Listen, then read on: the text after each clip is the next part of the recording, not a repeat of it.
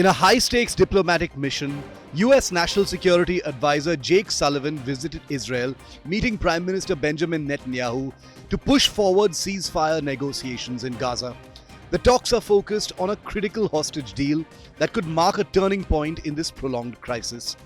After the meeting, Sullivan expressed optimism, saying, "I got the sense from the Prime Minister he's ready to do a deal." We can't rest until it actually happens. It might not happen, but I believe it can happen with political will on both sides. The Israeli government has indicated, including the Prime Minister, they would like to see this done. We see movement from Hamas. We see commitment from the mediators. And I will go to Doha and Cairo to try to ensure the final impetus is there to bring this all together. We've been close before and haven't gotten there, so I can't make any promises or predictions to you.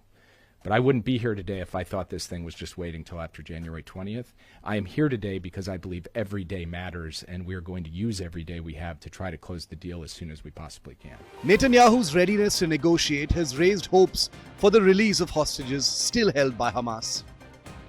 The urgency is clear. Families of hostages in both the US and Israel have been pleading for action, especially after a failed immediate progress, dismissing claims that Netanyahu might be stalling for political reasons, saying, "We want to close this deal this month." Recent reports suggest a shift in Hamas's stance, with the group reportedly agreeing to key Israeli demands. This includes allowing IDF forces to remain in Gaza during a fighting pause and dropping its demand for a permanent halt to Israeli operations. A list of hostages, including Americans, has already been handed over, but questions remain about how many will be released and their identities. International pressure is mounting. Just this week, the UN General Assembly overwhelmingly called for an immediate, unconditional ceasefire and the release of all hostages.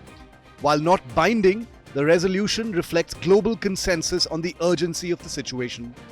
Sullivan is now set to travel to Qatar and Egypt, key players in mediating these negotiations. The stakes couldn't be higher as the world watches for a breakthrough in this deeply complex and heartbreaking crisis.